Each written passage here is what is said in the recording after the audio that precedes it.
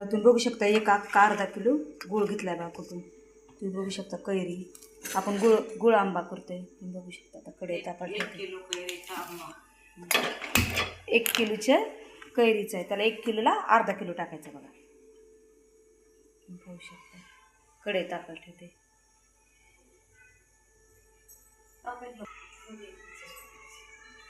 एक चमचा तूप टाकायचं आहे बरं का. आणि नंतर गूळ टाकायचा.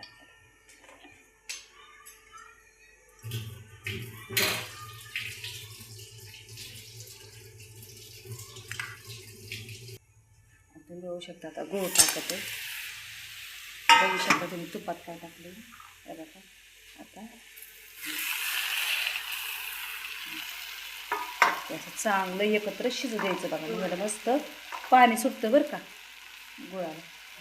गुळाला.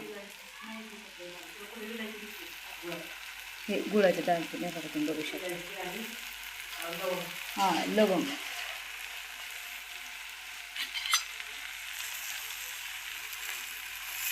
खायला टेस्ट लागतं बरं का. पातळ कसं व्हायला लागलं तुम्ही बघू शकता. बघू शकता कसं पाणी सुटायला लागले. खूप सोपी रेसिपी आहे बघा. त्याला नंतर गुळ आंबा. हे उन्हाळ्यातले काम आहेत बघा. करून ठेवायचं असं डब्यात. चपाती बरोबर तुम्ही 1 चमचा रोज खाऊ शकता जेवायला बसताना. लोणचं थोडक्यात लोणचं टाईपच आहे बघा. शिजू दे बघा चांगलं. अजून याला पाणी सुटेल बरं का. हा तसं प्रकार ना.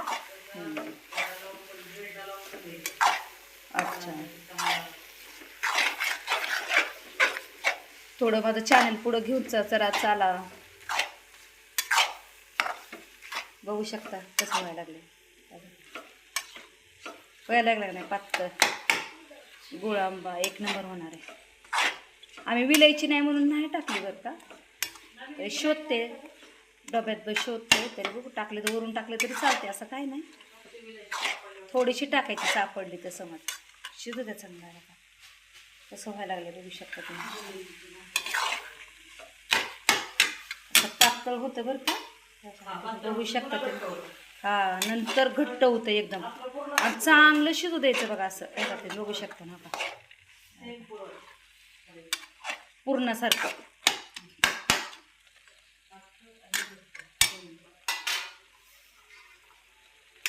बघू शकता कसं सुटलंय बघा.